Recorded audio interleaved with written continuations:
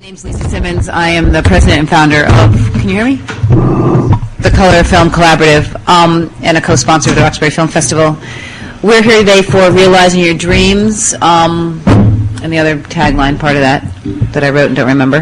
But so who we have with us is Shannon Murphy, who's a producer of Constellation, the opening night film. I don't know if you guys saw that, and if you didn't, you need to see it. And it's tomorrow, playing tomorrow at Blackman. So check your books. So that's a movie not to miss.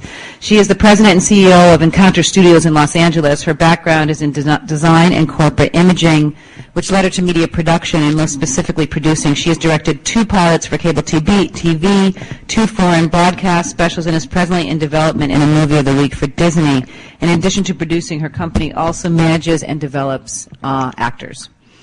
Jordan Walker-Perlman, who's in the middle, is the writer, producer, and director of Constellation as well as The Visit and other projects. He was born and raised in New York City, began making films at age 11. By that time, he was no stranger to the film business, as he often spent time visiting the set of his uncle Gene Wilder's movies. His other motivation came from the very special mentorship of Sidney Poitier, who took him aside and told him that he was born to direct, which we're happy he did because he's a phenomenal director. He has worked with Lynn Redgrave, Harry Connick Jr., William Hurt, Tyne Daly, Gabrielle Union, Hill Harper, and of course Billy D. Williams, who is with us. His production company is Dawa Movies. So we're glad to have Jordan, who can tell us a little bit about how to get those celebrities in your films. Robert Patton Sproul. Robert, and have you guys met, Rob and Jordan? Yeah, I know. Robert is the writer, director, and producer of the critically acclaimed film Squeeze, which got him a 3-picture deal with Miramax. Through that deal, he produced 1 film for them, Body Count, but having been less enamored with the whole L.A. business, he came home to Boston, thankfully. And he and his wife, Patty, who was going to be on the panel today but can't be because their daughter is sick, started a company called the Film Shack, which is right here in Boston, a full-service production company. And they have just completed a feature called Turntable, which Rob's going to share a couple of clips with us. So thank you all for coming out at this hour for this panel. And I just want to start, this is going to be very participatory, and you guys can jump in and talk on, talk over each other's lines or something. But I just wanted to sort of start with Shannon as a producer and sort of ask you, what is it that a producer will look for in a script, and how do you know that it's viable? In looking at scripts, we get a lot of them submitted. It's really the character story and the story itself. Something that, as far as, I think I'm concerned personally, something that has to attract me heavily with the story. I have to like the story personally in order to put the story in and take it through development. It's something that I have to have a personal attachment to, strong character basis, strong character storylines. And then the avenues that I see as far as distribution are very important to it as well, since there are so many forms of distribution depending on the budget of the film and where I see it landing. So and how important is celebrity? How important for independent filmmakers to really have someone take a look at their films? How important is it to put, quote-unquote, celebrities in your film? It's important from a distribution angle, but it's also important from the story of who you see in the film. Celebrities, as far as distribution, you want to look at their, quote-unquote, star power, their box office power for foreign territories as well as domestic. And Jordan, how do you do that? How did you get people like Hill Harper, Gabrielle Union, Billy D. Williams? Prayer is big part of it. And can you tell anyone no, about prayer? Prayer in the personal sense, but also prayer in that you have to really reflect on it. Nobody's name is going to make it a better movie. So you really have to reflect on who is the best person for the part. And the best person for the part may be currently unknown actor, but the best person for the part may be someone very known, and you can't be scared when you find yourself with either results. There's, I can tell you that casting The Visit and Constellation compared to casting a movie I had done previously, The Simian Line, was different because there's generally a dearth of good roles for all good actors of any kind. But particularly within the African American community, you have maybe 10,000 more extraordinarily talented actors than you have viable roles that American movie makers are prepared to offer them. And so you usually, if you are serious about your filmmaking and have a role that offers something of substance, you can generally get, which is all I want when I cast. I don't use sides or a casting director. You get a meeting and you talk about the character. And if that's sort of what I call the first date with the actor. And if that works out, then you go over the script, you talk about the character more, and that's sort of how I make my decision. Now, once that decision's made, whether the actor is going to say yes or no, that's always a variable. But for me, I always just assume that the answer is going to be yes, and we see what happens. But I don't think, I think most actors want to do good work, and those that don't tend to have very short careers and you know, cash 2 or 3 checks for 4 or 5 years, and that's it. But most actors that I know want to do really good work, and that's the most important factor for them. And so how do you actually get it into their hands? Do you send it to them? Do you go to film festivals and meet up with them? I mean, what's the best way, if, as Shannon's saying, that's an important factor, how do you get it to them? Well, if it's not your first film, then the best way is to send a copy of whatever your previous film was, and let them see if they want to work with you. If it is your first film, then all the ways you mentioned, all I can say is that managers and agents serve a very useful purpose, but they also often look for ways for their clients to say no, because if their client they tell their client to say no, then they're not going to ever get fired for having gotten them a job that they didn't want. So it's not, the first thing is go through the agent or the manager, but you always have to look for those other ways, because you never know if the agent and the manager calls and says to you, oh yeah, they saw it and they're passing. You know, you're not sure whether actually they saw it or not. And I know of a lot of stories with actors have told me where they found out that they were offered parts long after their agent had turned it down on their behalf, having told a director or producer that their client wasn't interested. Did you want to say something? Yeah, when it comes to casting, and we found this on Constellation as well, if you have an indie film that you want to make, especially in the indies, it's required under California law that the agents, if you have a fee that you're going to pay the actors, if you make them an offer, they are required to show the actors the script. So what we have done on occasion when trying to get talent is FedEx them the check with the script, and then they are forced, they panic, but they're forced to show the actor the script. They don't like it sometimes, but we've used it as a last resort. Because It is true, a lot of the actors never see the scripts nor know of the offers if you are especially an unknown. The agents will dismiss it. And if it's a low-budget film, they'll dismiss it, always holding out for better parts or other roles that they think are better parts, and the agents won't even read them. So, you know, persistence is a huge key when you're trying to find the talent. And how much is that check? It doesn't matter what it is. You know, if it depends on your budget. If you have a number that you've decided to commit to that role, you know, they can turn it down, but they have to show the talent, the offer. Agents aren't big fans of doing that. But if you're not getting anywhere with them and the talent hasn't personally turned down the script, it's a way of getting around it. And Rob, in your film Turntable, you brought on Public Enemy.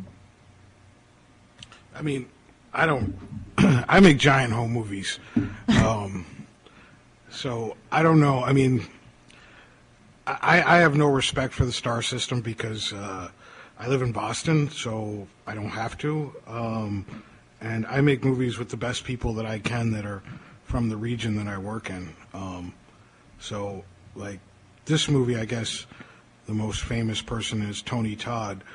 And he's in it mainly because I met him when he was here doing an August Wilson play.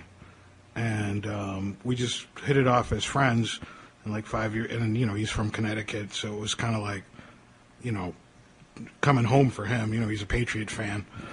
He likes the Lakers, but he's a Patriot fan.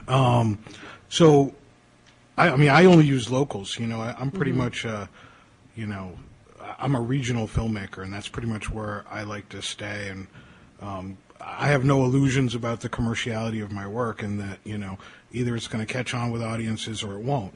But my films are a little too arty to even be, you know, for me to truly stress it. So I just have to make films with micro budgets that can reasonably reflect a profit margin. So I don't really stress the celebrity star thing that much, simply because it doesn't matter. And it usually ruins my budgets, you know. Like, I could afford to fly in 2 actors and put them up for 7 days. You know, if they're not willing to stay at my house, then we have real problems. Do you know what I mean? So, and frankly, I don't think that, you know, I don't write that way either. You know, because I know that I'm a regional filmmaker, I build my scripts and my movies to reflect what I have here. You know, like, my movie takes place at Slade's because Slade's is right here. You know what I mean? So I don't really, you know, when I made one movie, I made a $7 million movie called Body Count, and it had, you know, Ving Rhames, Forrest Whitaker, John Leguizamo, Donnie Wahlberg, Linda Fiorentino in it. You know, having gone from that experience, making a $7 million movie, and I made a $70,000 feature here, I'm much more comfortable. I'm not really, I'm not good in that environment. I'm not good in the system where I feel like a director's supposed to direct the movie, whereas in the system, you know, it's the studio head still has final say over everything. And when I made that movie, I didn't even know who the cast was until 3 days into shooting. You know, I was like, so do we still know who was going to play the part of the girl? You know what I mean? So, and because, like, you know, the critics and the reviewers really don't care. They just say that Rob Spruill made a listless, bad directed movie. That's a quote from Variety. So, you know, and having gone from, you know, having Variety and the Times and New York Times and papers like that to say this guy is really, really good and give me like 4-star reviews, to getting, you know, 2-star reviews over things that I didn't feel like I was in control of, it's just not worth it to me. There's easier ways to make a living than, you know, bang my head against the wall waiting for some actor to read my work and then, you know, clip his nails and decide on whether or not, you know, the pattern of nail clipping said he should do the movie. So, you know, and so I'm really not, you know, it's either they're, you know, friends and family or, you know, that want to, you know, do. And I know famous people, and if they want to come out and do it and they want to stay at the house, that's great.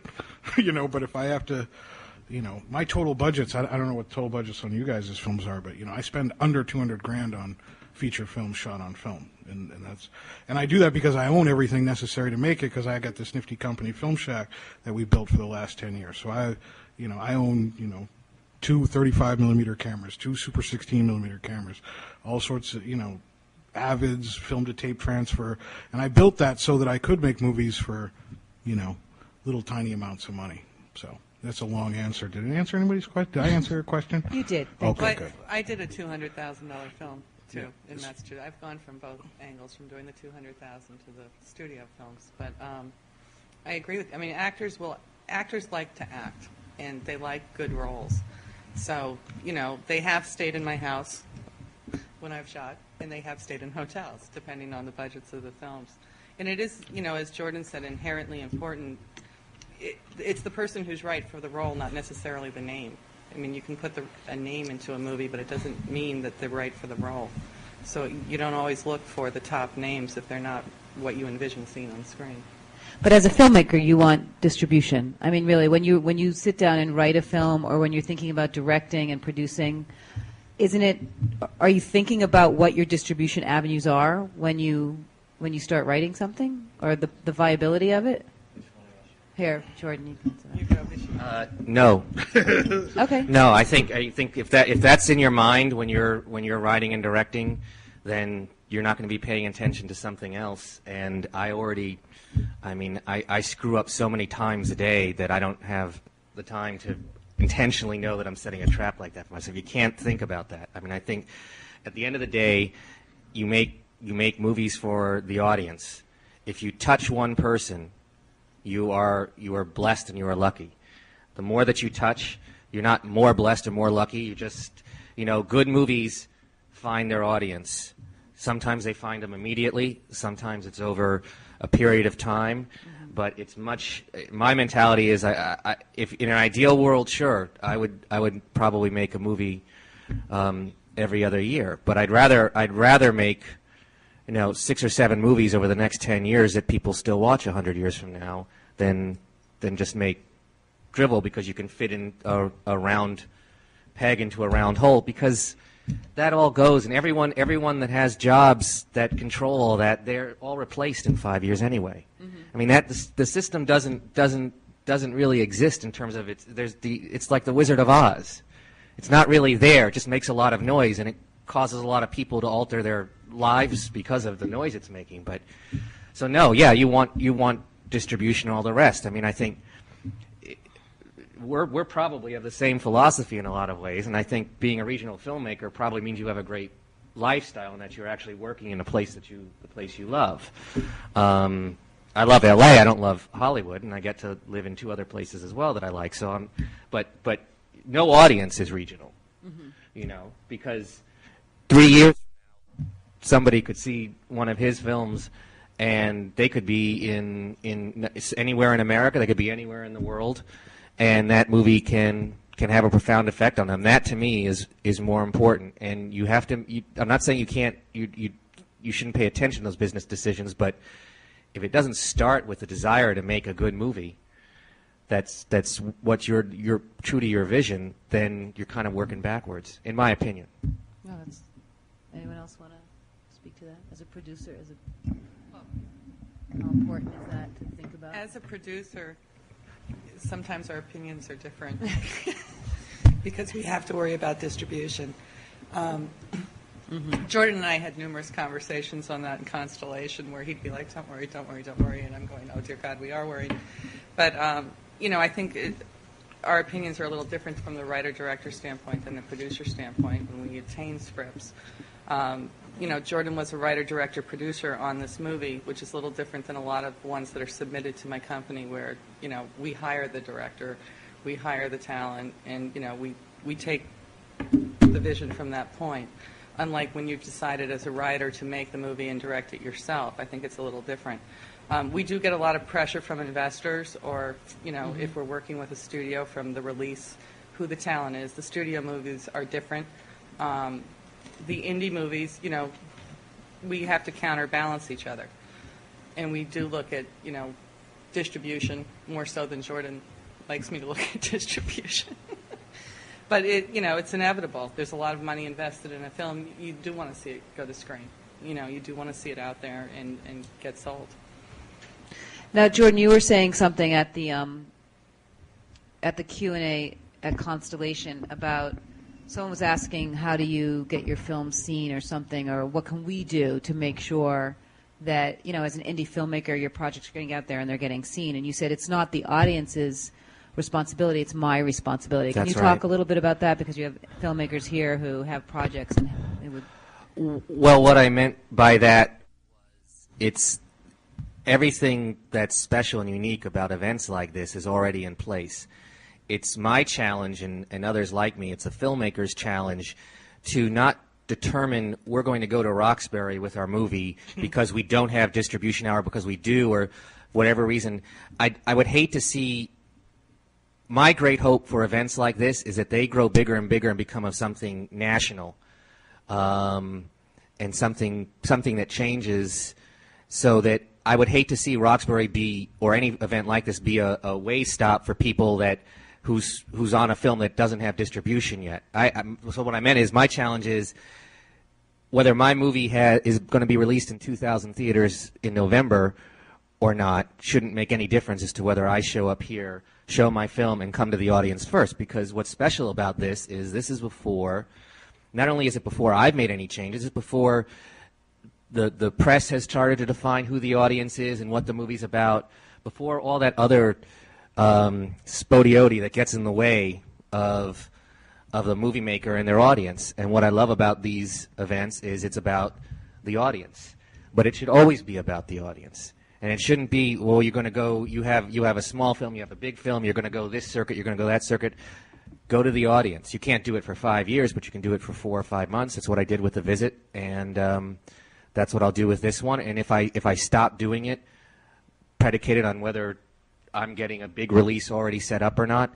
If a distributor on my next movie says, skip that one and skip that one because we've got a different release pattern in mind, and I say, oh, okay, and you guys call up and say, Jordan, we'd really like to open this such and such movie at the festival, and I say, well, guys, you know how much I love you and so happy to have shown Constellation there, but I really can't do it this time because these guys want it released then, and they've told me that they don't want me to do that circuit. Then I should just get slapped upside the head. Then it's a shame on me, and that's what I meant by that. It's my challenge, because everything that you're doing is beautiful. I was in Atlanta last night. People were talking about this festival, some people in Boston were talking about the BMW film series. Mm-hmm. That's a lot of passionate, intelligent, beautiful audience, and that happens to be coincidentally a lot of dollars too. That if it was something national, then we wouldn't have a conversation about what the audience can do. We'd have a conversation about we would be dying to make sure that we are in and we do honor you. That was what I meant. Rob, did you want to talk at all about that? So it's almost like a grassroots marketing approach, in a sense, to just constantly getting your film out there for people to see it and talk about it. And yeah, but it's also a conversation with the audience, right. And that there's no filters through it. How many movies have we seen, bad and good, that are marketed by their distributor in a way that is different from what the movie is about in order to achieve the opening weekend or whatever else they want to achieve? And sometimes there are reasons that they do it. And I understand that, and that's fine, In the case of The Visit, I said, if you put a gun in the poster, no. I own my negative, and I'm telling you I will not allow. But within reason, there were choices that a distributor makes. But this is before all that. This is pure. This is pure, and I need it more. Filmmakers need it more than the audience does. We're just lucky to have the audience. So, and Rob, I don't know if you want to say anything about that. I mean, I have to agree. I mean, there's. Anytime a director or a filmmaker gets to present their work to an audience, and that's what it's supposed to be all about. A distributor's job is to try and get as many people to pay for that experience as possible. And somewhere in the middle is where hopefully you end up being. I know me personally, I'm terrified of audiences. Like they're like my dad's in the theater, and we were raised to think of audiences as 2,000 eyes and 10,000 teeth. Like if you're going to insult your audience, they're going to eat you alive. That an audience is not something to play with. An audience is a mob, ready to break out at any second. So, really have your shit together before you start, messing with those people, because they'll kill you. Yeah, absolutely. Any filmmaker there's no other, unless you're like an experimental filmmaker or something like that, there's no other reason to make a movie than to get an audience to see it and hopefully elicit some sort of reaction from them, So, yeah, of course, you want audiences to check out your work. If that means, you start in your festival run until whatever. But, I personally, the 2,000 screen release is just not an option, and I'm a realist enough to know that. But my issue is, how do I get my movie on the most shelves in the DVD world? And frankly, I'd rather have a highly marketed cable release and DVD release, because there's no way, I can't imagine, it's beyond my capability of imagining, a theatrical audience for my little movies, because they're, how are they going to scream up and get noise over Sin City? It's just not going to happen, There's no, and since I'm already at the top of my game. I'm like, there's no better for me than making my little low-budget movies. This isn't like a platform for me to go to, into the system, make $7 million movies, then $20 million movies, 100. I'm where I want to be now. So really the issue is, how do I personally get the widest distribution for that work so I can make my one movie every other year or whatever it is that I can do. And I like to produce for others. I get a big thrill in, watching other directors get tortured with the process. It's really kind of fun for me. I actually, I love saying I told you so, but I just, I don't know. Did I answer any of the questions? Yes, you did. Okay. So how important, is there any formula or format or anything you can follow to to follow this sort of festival route and BMW. I mean, people here make films, and you want to know how can I get into urban world? How do I get into Pan African? How do I make a film that Sundance might be interested in? How do I, get BMW the series? I mean, is there like a formula that these people are looking for? Don't make your movie to get into a festival. Make your movie because it's a movie you believe in. I mean, you don't make the movie because you're targeting the Sundance Film Festival or the Urban World or Pan African. You make the movie because you believe in the story, and you want the movie shown, and you want somebody to see your story. Then you go to that if that's so you choose. If you go to the festivals, I mean, it's submissions. You can go to any one of the websites to submit to the festival itself. But, don't target your movie itself so it's, going to be in Sundance next year and this is your shooting schedule and the only reason you're making this is to be seen at Sundance. Because that's a recipe for failure. I mean, it's just not a recipe that works. And all of the festivals have different, audiences change constantly. There is no formula to what movie will work or won't work. As you can see, there's a lot of bad movies that came out this year, and there's a lot of incredible movies that have yet to be seen this year. And there's a lot of incredible indies that hopefully will get seen that may never get seen. So, you have to make your movie because you believe in it and you believe in the story and, it's your passion. Don't make the movie for a festival. That's like making it for a studio. It doesn't work. I think you'd agree with that one. I do. Well said. I mean, I know that I'm trying a new technique, though, that I haven't done before. And that is that I've decided that before I start heavily submitting my films out, I'm going to hire a publicist and put them on the job first. And then that way I can create... Anytime you get articles written about you, it's like a third party legitimizing you. So this is what I'm going to try. I'll let you know next year how it goes. But I'm going to hire a national publicist, and then as I begin submitting, my film to festivals, and we'll see what happens. Who knows? Have you done that with Constellation and the Visit, Jordan? I've had a publicist, two different publicists, but I've had a publicist for the last few years. Mm-hmm. Yeah, but I think that's he makes a good point. That's a good way to go about it too. But I think what especially is true is if you have a publicist, when you do go to one of those events, you have a publicist working that event for you, and that because it's hard to build things like the Roxbury Film Festival. They don't happen overnight, and it takes a couple of years to build it.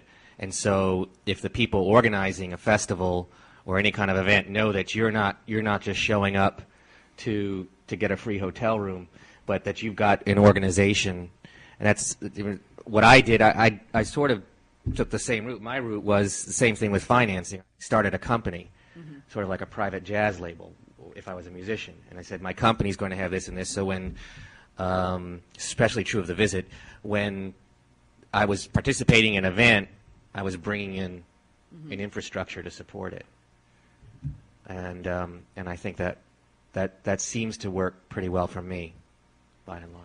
And Shannon, as a producer, how important is that if someone comes to you with a project that they're already sort of have this company that's together? Does it make them seem more instead of just a film? Well, my company is a production company, and when they come to, usually what's submitted to us is from writers. Sometimes writer-directors. I have 2 indies right now that we have in development that has the writer-director attached to the screenplay. But it's not, we look, right now most of what we're doing, except for these 2 indies, is with the studios. I'm also partners with Phoenix Pictures in Los Angeles, and those are studio films. So it depends. It depends where we see it and how big it is. Some of the scripts that are written are very extensive, high budgets that people will come to us and say, we want to make it as an indie. Well, we can't make it for less than $25 million, so it's probably not going to be an indie. And those are the things we look at as well, is what kind of story it is. There's, you can shoot any movie for under $500,000, and you can shoot any movie for up to $100 million or more. It depends on, what it's written and where you see it.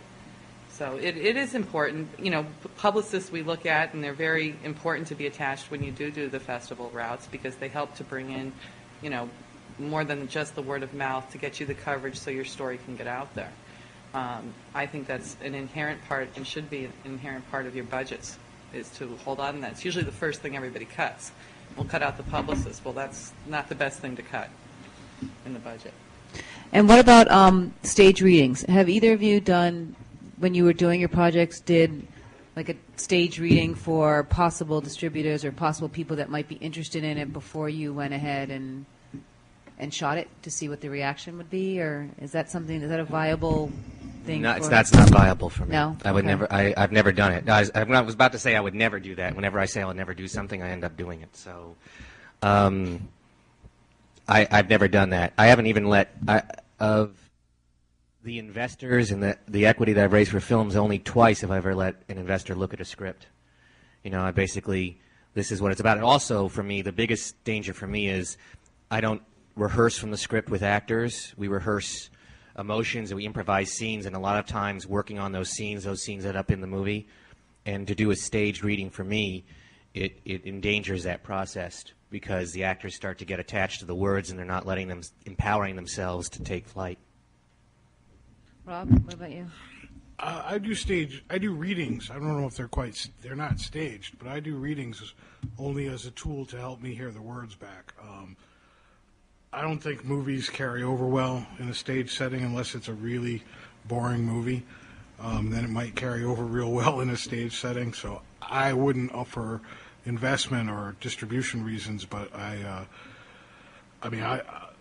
like to hear my words over and over again so I can make sure that it's what it's supposed to be. Or, I mean, not to say that I like to beat my actors into submission with it, but I do like to, you know, get a vibe for what it sounds like coming out of people's mouths, other than my own head, which kind of gets to be, you know, repetitive. And you know, then a lot of times in my scripts, the actors all have the same voice in the early drafts, where they all sound like the same character. So it takes me time to, you know, develop my characters into being individuals and having their own way of relating to the world they live in. Now, if you do get to that point where someone is interested in your project and they've seen it at festivals and you've taken it around and around, and they want to sort of sit down at the table with you about the possibility of purchasing this film for distribution, I mean, what are some of the things? I know we have a local filmmaker that this is happening with right now, and sort of they don't know, you know, what they should be thinking about, how they should be discussing conversations with people who might want their films. I know both you and Rob have had this situation. I mean, how do you handle that if someone comes up to you and says, I do want to distribute Constellation, and this is what we're going to offer you, $10,000? How much?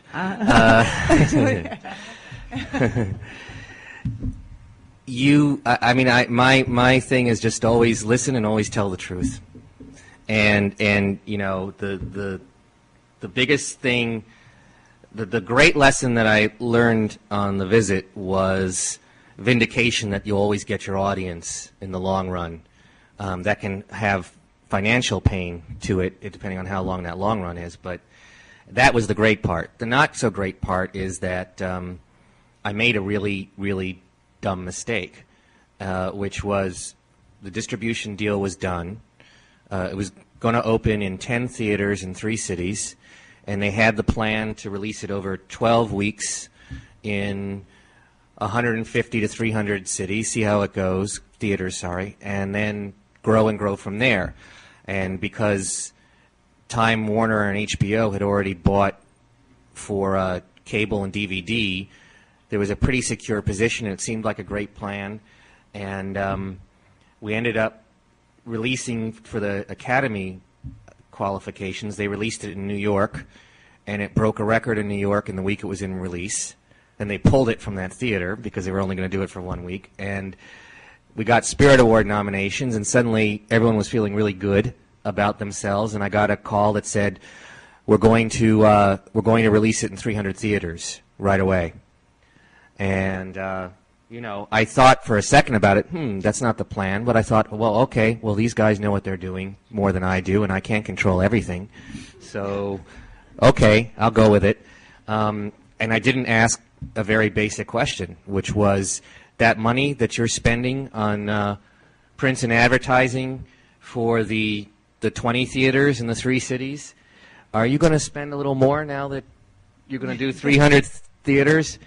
Because if I had asked that question, I wouldn't have made the dumb mistake, which I said, sure, great. I don't fault them. They were doing it because they were excited and they were happy, and everything had been going according to plan.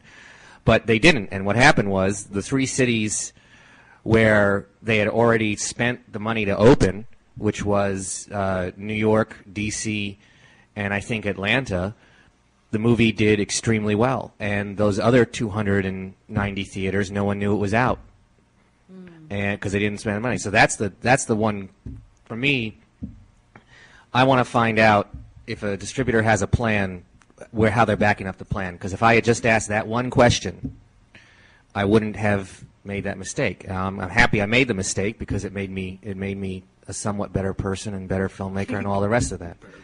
But I don't intend to make it again. Distributors lie. I don't know what this.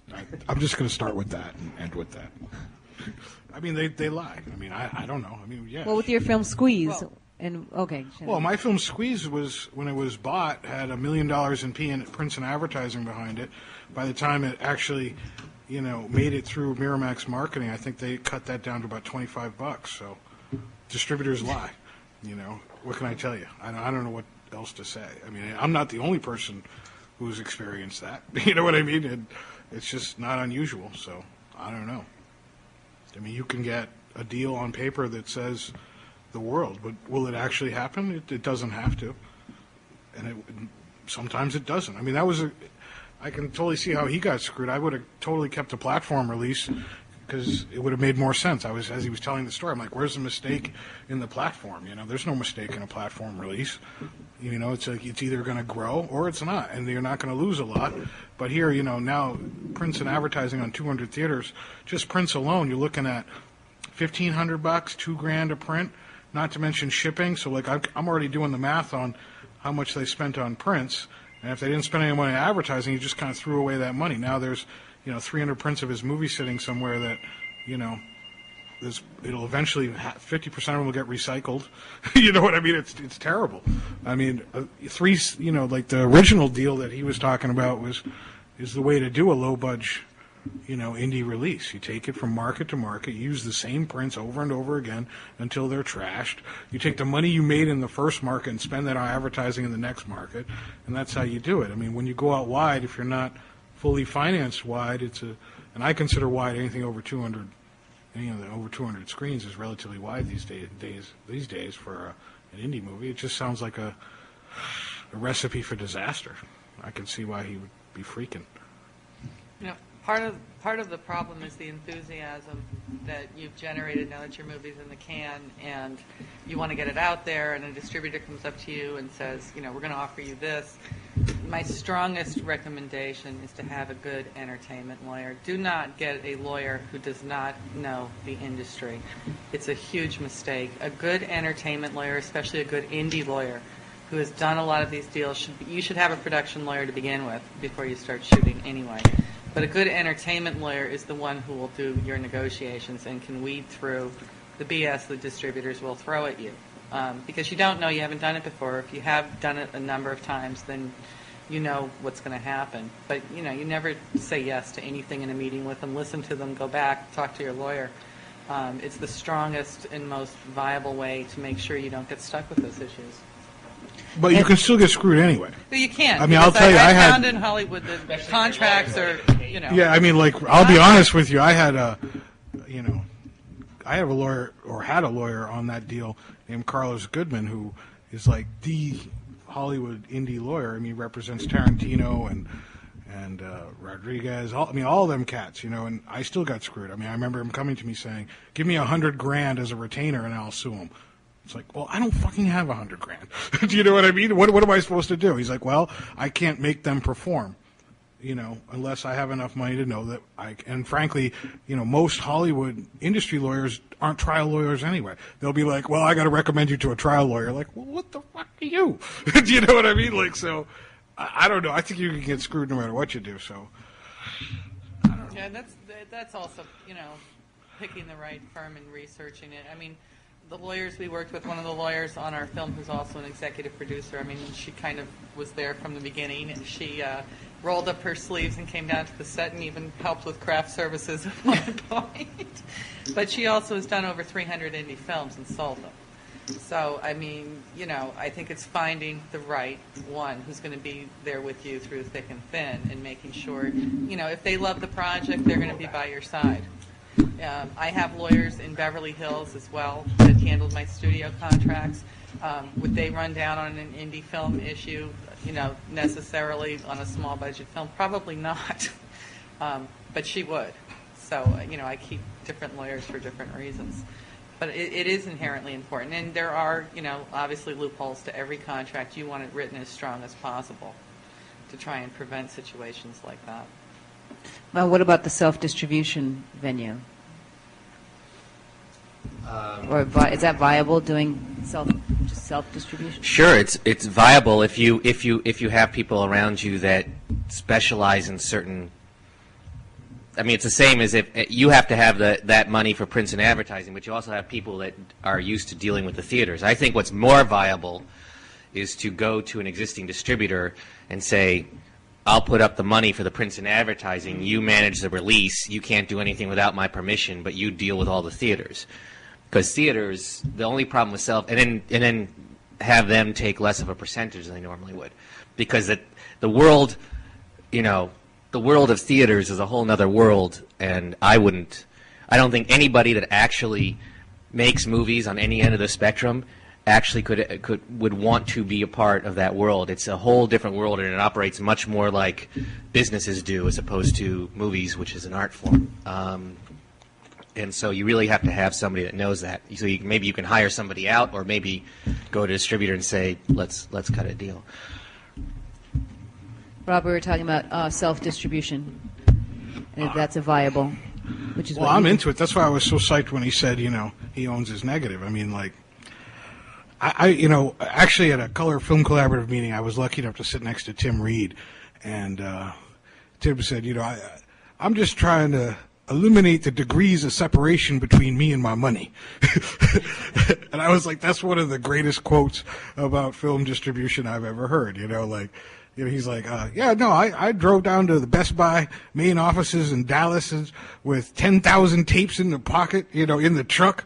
You know, you're like, see, now that's what I'm talking about. Like, I mean, that's why, you know, I believe that, you know, I kind of see myself in the new world of the indie world as like, we kind of got to go back to the Oscar Michaud days where it's like, you know what, you got to be ready to make the movie, find the audience for the movie, show the movie, take the movie to the next town. And just, you really got to, you know, I mean, I think that the world is back to that where, like, back then it was institutional racism.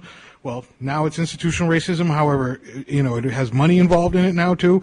So it's like, you know, and if you actually look back in the days, there's this great book on black movie posters. I don't know if anyone's ever seen it. But if you actually look at it, it's like you can see that Michaud started making movies. Then, like, King Vidor and the other white cats got into it. They started making movies like Pinky and, you know, Is She White? You know what I mean? They started coming out with all these titles because they realized that there was money there. And once that they've got a hold of all that money, you know, they don't want to let that go. So I feel like, you know, we as indie filmmakers have to be prepared to, at all times, whether you want to or not, you have to be prepared to self-distribute that thing. There's just no question in my mind. And the good news is there's all sorts of outlets for that now. You know, from the internet to, you know, there's all sorts of outlets for self-distribution at this point. But is it my first choice? No, because now I'm selling movies rather than making them, which is really what I want to do. But, you know, am I prepared to do it? Yeah, sure. Damn right I am. I mean, here in Boston, we're lucky enough that VTI, which is Video Transfer Inc., is here. And they're like the number one, or like number 3 after Technicolor, you know, the pressers of DVDs and things like that, and the owner is relatively accessible, and he's got you know facilities all throughout the country. But you can kind of go to him and say, "Listen, I'm going to need 10,000 units. I ain't got no money." You know what I mean? And tell you what, you'll know how many are sold because you've made them and shipped them. And you know, can we make this thing happen? And you know, he's willing to. You know, he'll want some money, but he's the kind of guy that, you know. And there's lots of places where there's people like that. So, it's like, listen, brother, I know you're pressing all sorts of Microsoft shit, so why don't you take 20 minutes with the machine and whip me up some of my movie, but that's a different job that I'm probably not good at, because I think most people are stupid, and I end up insulting people just because I can't help myself. I'm too transparent. A distributor look at me and they know that I'm thinking that you're an idiot. Do you know what I mean? You're gonna ruin my life. I'm very personal with my movies. I write them, I direct them, I edit them, I produce them, I do everything into it. So it's I get real. These are like little kids of mine. I'm not and it's my living, my livelihood. So I'm doubly protective over my work. So, but will I give it? Sure. Damn right, you have to. You're an indie filmmaker. Right. I think that's true that you make that point about Tim, because he got very tired of that whole Hollywood studio system and having control over his own work, and so he just opened his own production company, studio ranch in Petersburg, and just goes into production for 6 months and then spends the next 6 months in distribution and really sort of does it himself. And and he's struggling, but for him, he's maintaining control of it. I'd like to actually now open up questions from the audience. If anyone has anything that they want to ask, any burning questions, or please feel free. Oh,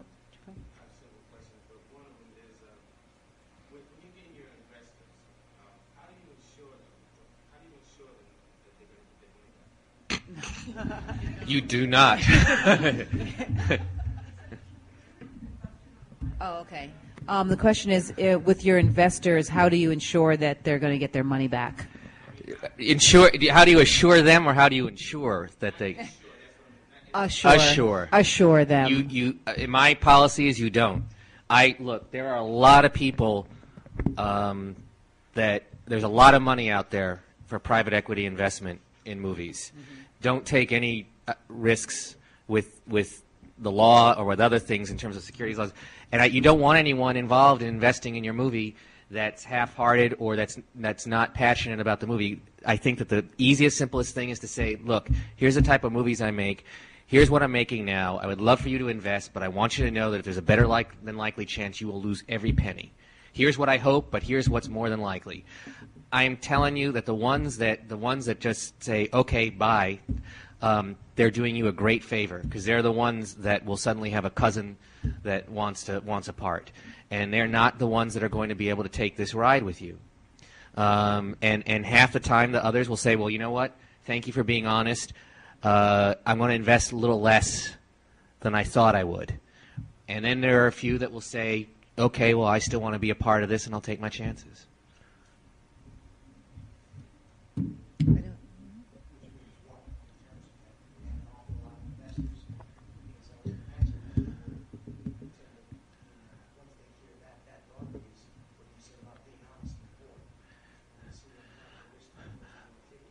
Well, yeah, but at the same time, I mean, you still have a plan for how they're going to how you want them to make their money back. You're just making sure that they don't expect to make their money back, but you know that they know that you have a plan. Everybody has to answer this their own way. My answer to it was, I wanted complete creative control over my work, and I wanted to own the negative, like Robert's talking about. So my idea was, instead of going out and raising money for the visit, just the visit, which already people were going to say, because I'd had 2 studios that offered to make the movie if I changed it from a black family to a white family. So I knew what the private equity would say if that was the only movie. I said, I'm going to raise money for the company. And then I didn't have a lot of investors. I really just had 3, and one bought out the other 2, because it was about the company. It was about more than just one movie. And I think, especially for people making their first feature film, so much of your entire life and what's in your mind is going in artistically and passionately into that. But you are already a filmmaker if you have it in your heart. And if you're already a filmmaker, you're gonna want to make more. And I think to go to investors and say, this is the type of movies I make, without saying I'll make 10, I'll make 8, I'll make 6, then it's not you don't have to have an awful lot. And it's also, you also have to think, if you have too many investors, that's that many more people that are going to be calling you when you're trying to shoot the movie or showing up on set. And that probably weeds out those investors who have this sort of unrealistic view of distribution that, you know, I'm going to give you money for this, and then we're going to, you know, have a theatrical release, and we're going to be in. Yeah. Well, I think the unrealistic. I'm sorry. Well, the unrealistic view is often, it's, you know, like it's like making a baby, that, you know, you can exactly time. Okay, well, he's got the money now. He started making the movie in 9 months. We'll all be able to go see it in the theaters. Right. That's what the unrealistic view is. It's not a science you can time. And you try to say to investors, well, do you want me to take a bad deal now, or wait 3 more months to take a good deal? And if you have an investor say, well, I was kind of thinking in my head that it would be, you know, I was hoping I could take all my grandkids to see the movie at Christmas time. That's where it gets unrealistic. Any other questions? Pointed out that it's the director's responsibility to see these films, to get the films out to people. I've been to several film festivals where there's key films that I really enjoy, and as an audience, I would like to see them out for other people to see it.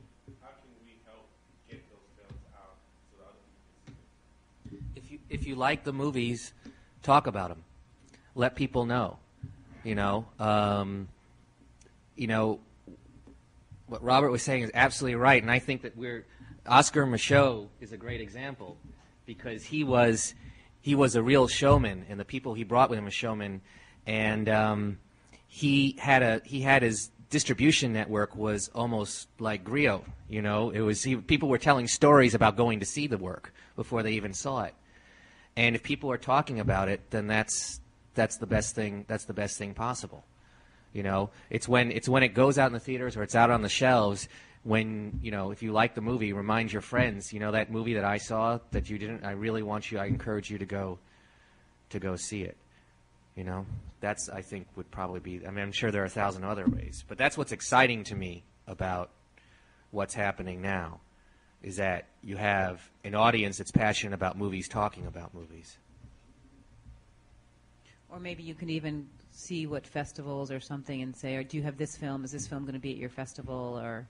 Or even, you know, and this is one of the great things about festivals, and especially I think the Roxbury Film Festival, is that filmmakers are so accessible. So you know, if you like something that you see, you go up and talk to the filmmaker about it. You talk to the producer about it. You say, you know, I have friends in Atlanta, I have friends in D.C. who I really want to see this. Are you going to be screening it there? And if not, you know, you should be, and here's somebody I know who can make that happen.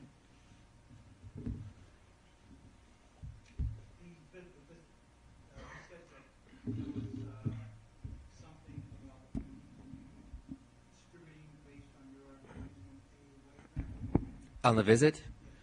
Yeah. Not distributing, financing. Yeah.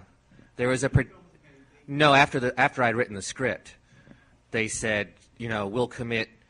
What number were you thinking of your budget? And I told them the number, and they sort of doubled it and said, that's what we were thinking about, double that, but we see it as a universal story, so you should have no objection if we make it a white family in the visit. And I said, well, I see it as a universal story emotionally, but I see it very specifically about an African-American family and this and that. And they said, well, are you racist? Are you prejudiced? You don't see it as universal? We see it as universal. So we're kind of astonished that you would take this attitude, Jordan, and limit yourself in this way. We're being more progressive than you are. And I said, yes, you are. Congratulations. And I wish you luck. And that was it. That was true, though. And that's when I said, well, I'm going to make this one myself. Now, Rob, you had did you have a similar experience when you were in Hollywood, where people wanted you to make things that you...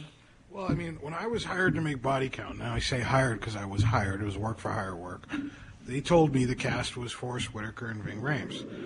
And then, I don't know, a month into it, Forrest wanted to quit because he wanted to go direct Hope Floats. So then they convinced Forrest to do a small role. And the next thing you know, David Caruso and Linda Fiorentino and Donnie Wahlberg are in the movie. So what went originally from being a black movie turned into a mismatched, badly casted movie. Not, I mean, Donnie actually was great, and I would have probably cast Donnie in the part regardless. But it just didn't work. And that's what happened. That was one of the main problems with Body Count was the casting. But again, it wasn't my movie. I was hired to make the movie, and here's the script, here's the cast. Go direct, go do your job. In theory. So that was, so I lived it completely, whereas it was his script, so he was kind of able to walk away. I'm from Roxbury, and someone's going to pay me $300,000 to do what I went to film school for. You're like, okay. You know what I mean? I mean, I was 24, 25, at the time. What are you going to do? I mean, the most money I'd ever made was $450 a week. You know what I mean? So I sold out for the money. Yes, thank you. Go ahead.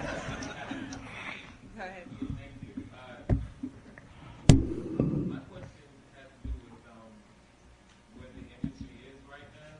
Do you not think that we are really at a point where we're approaching a paradigm shift when it comes to how we watch movies, not necessarily just how we make them, but with the whole, I mean, I'm totally down with everything that you're saying about wanting to control our own negatives. And if that's the case, I mean, could we possibly, just everywhere we are, just make a little independent theater that is very different from the traditional theater experience that we're used to? Make watching independent films maybe like a sports bar type experience, or just something that's very different, so that we don't have to go to the majors when we're talking about. I'm just going to ask this question again. They're not big films anyway. The question is, are we sort of at a paradigm shift, audience-wise, and can we create, it's almost like little salons or something like that where you can have indie films. And I actually have a really good idea for this, but I'm not going to say anything because it could make a lot of money. But what's good about today is a lot of people can have a lot of good ideas and they all can work. As long as we don't have the mentality there's only one room for one. As long as the mentality is there are no borders when it comes to all of this. A lot of good ideas can work. Do you know about the Millennium Experience? That's Nina Shaw, lady in L.A., Will Smith, Blair Underwood, a few others have put together a distribution company that's going to basically take the old Chitlin Circuit route, and they started with the Fox Theater in Atlanta, and they sold out and made $60,000-$70,000 for that one show. They're going to do one show of a movie in different cities in America. I think that's one of those ideas that can coincide with others. What I would love to see, is that can coincide with what Robert's talking about on DVD. It can all happen at the same time. It's like, it's not as getting off the subject as it's going to sound at first. I was in Cannes for Constellation. Afterwards, Hill Harper and I went to London, and I was talking to him because all these European cats had these great cell phones, and I'm a gadget freak, and I was like, why can't I get that? Why can't I get that? And he said, man, you don't know anything. He said, American companies have the same technology. They just put it out slowly, so folks have to buy something new every 4 or 5 months. And then all the phones that will be like in 5 years, it will all be like that now. That's how I view what you're talking about. It can all be like it now. The only thing is if we control the negatives, and if we don't make anyone our enemy, there's no reason to make anyone our enemy. We don't have to be defined by them. We'd build our own thing. Then I think it can all happen now. I don't think it has to happen slowly, as long as we can have things coexist. So somebody can say, I'm going to Dallas, with 10,000 DVDs, which I pressed because I talked to the dude at the company, and at the same time it's going to be at the Fox Theater on Thursday night. That's where I think it is, and I think that the old studio system, a lot of it didn't work, but some of it did, and part of what worked is that the people running the studios actually loved movies, and a lot of people running the studios now, for the 2 years that they actually get to run them or less, they don't really love movies. There used to be all kinds of ways that people saw movies, and so I think we are, but I think we are all it.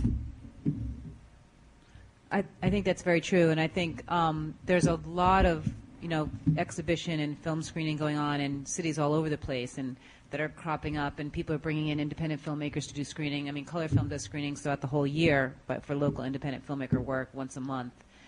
So there are, you set up groups and you set up organizations that will bring filmmakers in. It's, and so that you're constantly seeing films over and over and over again that are from all around the country. So it's a great way to do that as well. Go ahead. I just have a comment rather than a question. Like you mentioned with the women's studios that they developed downtown. For me, it's interesting to see that with that film, particularly the film that they did on the show, and I went to go see it. And for me, I got a chance to see it at the Urban World Film Festival last year. And I went up to the Wingmart and I'm like, oh, well, when am I going to get a chance to see it? We're working on distribution right now. And now a year later, it's just now going to theaters. So for me, it's just sort of like a testament to a filmmaker and their production company not necessarily sacrificing the entirety of the film just to get a seat in any other theater, because the main character was Green Martin and Kelly Rowland Lucas pushed them like, hey, let's put Beyonce in it and put it in theaters. But they didn't. And so it's just a testament to, if you like maintain what the purpose of the film is, the value of the film is to you as a filmmaker, there are always to do it. And I think that with Millennium Studios, I believe it's called, that's just a launching pad for all the filmmakers to just maintain that and just follow in that path that they're sort of blazing, trailblazing for us. So that's my point. Any other? Drill? I know you Okay. I got a phone correctly, but okay, I'm in the business of like, I'm a creator. I make movies that, just like scoring, writing, directing, editing, the whole thing, right? Not really in the business of like pushing the movie. You know what I mean? So when I finish the film, I already have another idea to work on the next film. I'm not really trying to work on 6 months trying to push this. Even though I can, with my passion, it's still a great movie trying to push it. But you're on to the next thing as a creator. So I was wondering, as a producer, is it realistic to have whoever come in and work on turn your film into something bigger than it would be? You mean after it's been shot? No, before. Oh. Well, and, I think it depends on the script and what you're looking for to tell your story. A lot of times producers are brought in, to assist with casting, the crew, so on and so forth. It depends on the reason you're bringing the producer in. I mean, are you looking for, a widespread feature or a studio angle, or, it depends on the reason for it. Everyone wants to see their movie in the theater. Right. So that's like your biggest dream as far as the film. And then your realistic thing is to, deal with what's been happening to you in the past and see, how indie movies work. But I was just wondering, everybody says, you got to move to LA. You got to move to LA to go out there. You don't need to move to LA to do that. I moved to LA from Massachusetts 5 years ago. Just more, I have major regrets as well as major reasons why I did. Was it totally necessary to do so, to stay in this industry? No, because I spend most of my time outside of LA on movies, because they don't shoot there. So was it completely necessary? No. To get to know people in the industry, to networking, absolutely. I think a lot of reasons producers are brought in sometimes is because of their Rolodex. We sometimes have access to people, to distributors, to studios, to talent. That's a reason to bring them in. Producers, like actors too, if they really believe in the movie passionately and want to see the movie get made, they're willing to do it for a lot less money than what they normally get paid, or their quote is, as far as that goes. As far as distribution, again, it's who's your Rolodex? If you're bringing in a producer, who do they know? What are their deals with the studios? Who do they have for publicists, agents, so on? Who have they worked with? In that case, it would be important. It's not always important, and again, it depends on your budget and where you finally see your movie going.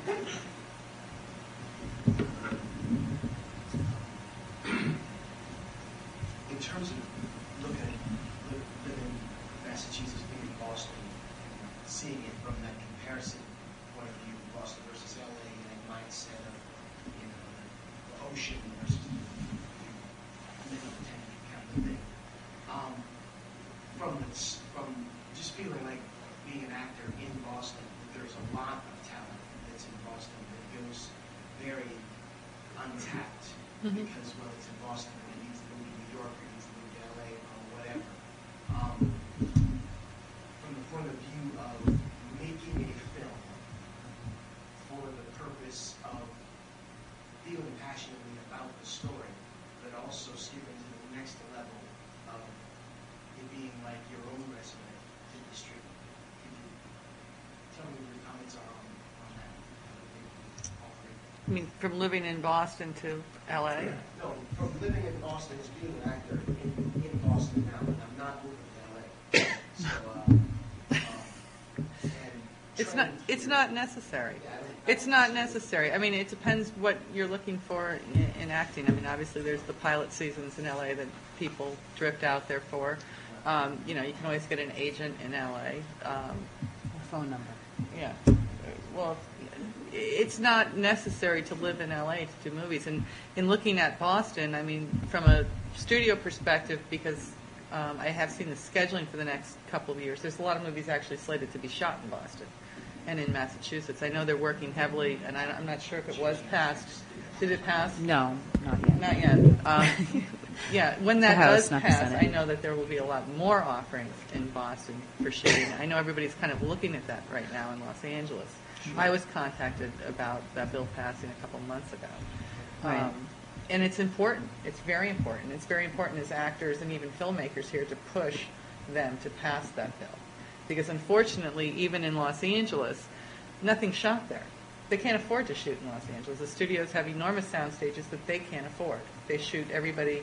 I'm doing a Disney movie in January, and we're going to Canada. And yet we have 9 sound stages. No, Toronto, and Vancouver.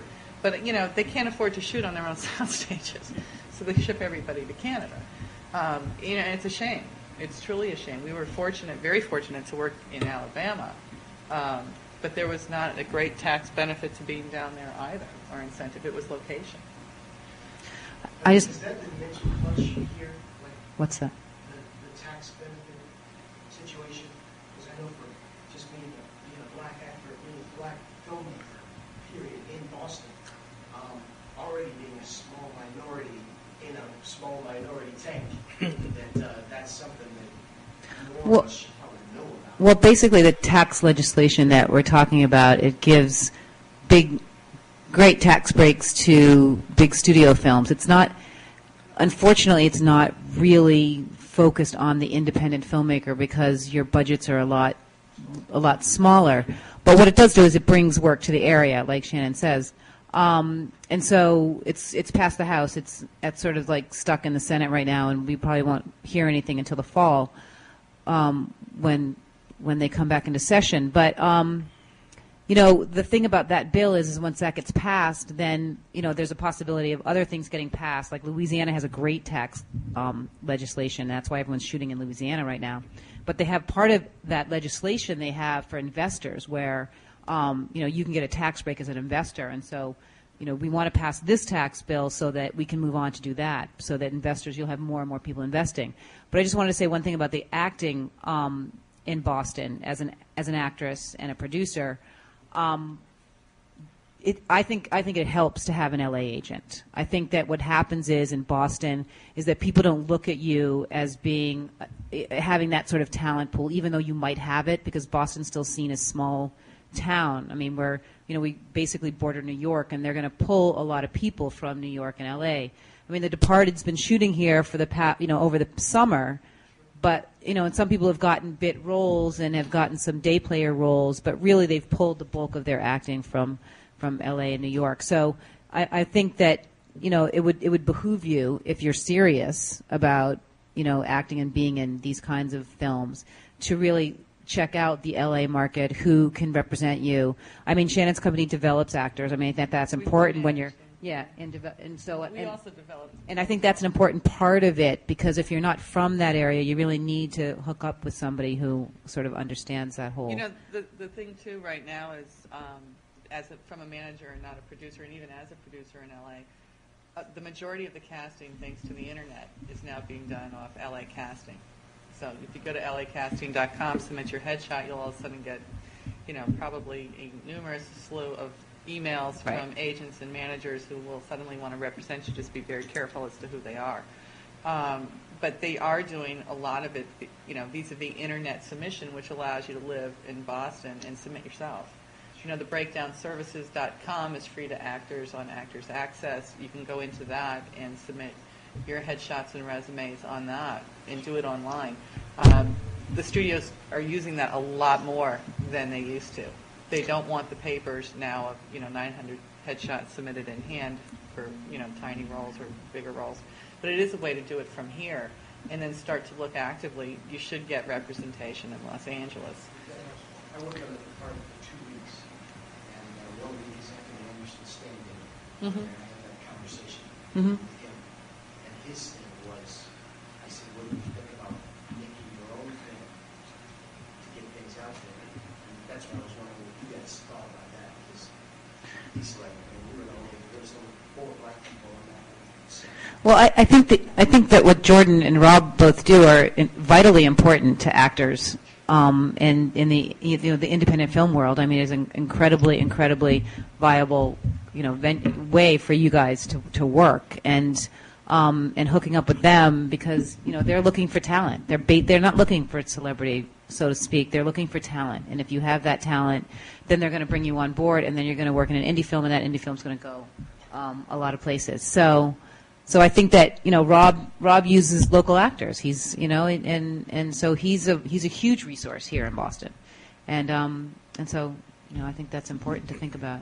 You have to remember though, like even with my movies, maybe there's 4 roles available that I haven't already probably rewritten the role for someone I already had in mind. So it's probably only like even in one of my movies, you're still only going to find me looking for 4 roles. So it's like. It's hard, the best bet is just to, right place, right time. You make friends with directors. That's what actors should always do. You make friends with directors. Hang out with directors. That way they're like, you'd be great for that. Because that happens. I mean, I'd say most of the people that end up in my movies is because, you have relationships with them. What's your relationship business? What's that? Yeah, it's all about relationship. I mean, I have 7 or 8 actors that I took on to manage specifically as a producer because there's movie ideas, concepts, and we brought writers in to actually write and develop for these actors because they weren't getting seen, and we knew that they had talent and they are, something specific that we wanted to create a movie based off of. So, again, too, it's a lot of persistence. So does anyone have another question? We're going to wrap this up. If we have one more, Jabal, did you have one more question to ask? Okay.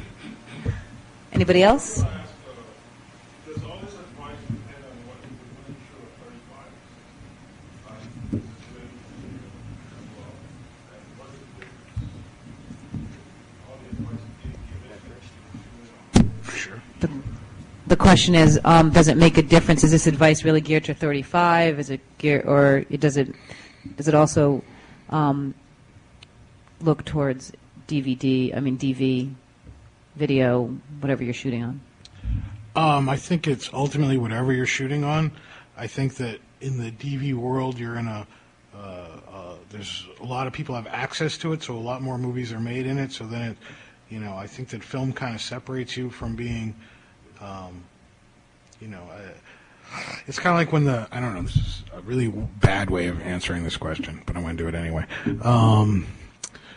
Back in the day, if you wanted to have a picture, you went and had someone draw a picture of you and paint it, and then film came out, and then like all the bad portrait guys became photographers. It's like how it kind of went. Well, I kind of feel like mini DV, and DV cam, and to a certain degree HD, to a certain degree, it kind of like separates the weak from the strong, in my opinion. It's a different art form.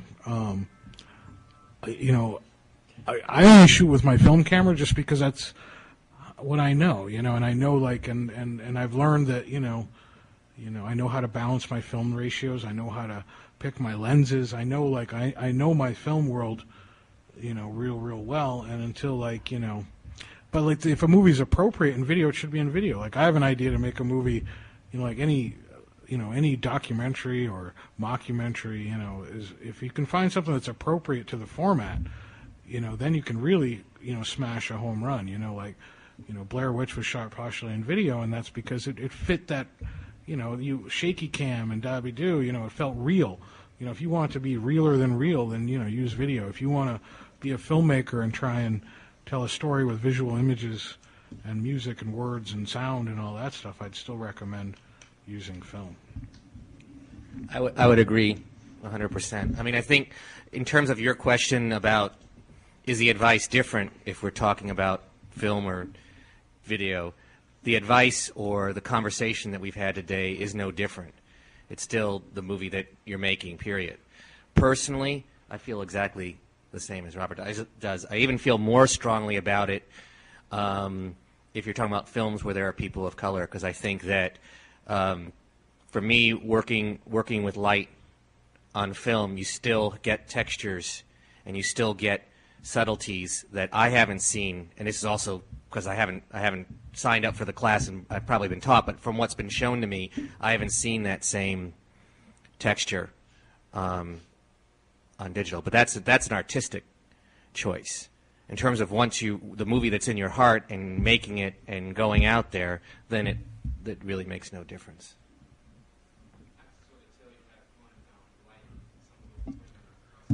I had a lot of fun lighting those women on Constellation. Well, I did. In all seriousness, I mean, that's one of my favorite aspects of Constellation, was to show different women that were, especially when it came to Gabrielle and Zoe and Melissa and Ray Dawn, to show women that traditionally would be classified with one classification, to show how diverse their look was, and to give them each an individual look and each an individual sense through the light. So thank you. Yeah, that was a very important part. I mean, that's the whole thing I was saying. It's amazing. It's still amazing to me that for 70 years, 80 years, movies were the glamour focal point. They dealt with real emotions, but they were always glamorous, and we had that in American life, but it excluded people of color. And then the moment that people of color begin to play parts other than maids and servants, movies ceased to be glamorous and started to talk about all the other stuff, which is valid, but I still think that there's room when you're dealing with even real emotions for glamour. And the glamour a lot of that comes from the texture and the lighting. Okay. Well, I just want to thank Rob and Jordan for flying in from Atlanta. And Shannon for being on the panel. They will be around most of the day, so if you have any other questions that you want to ask them, I'm sure they'd be willing to answer them for you.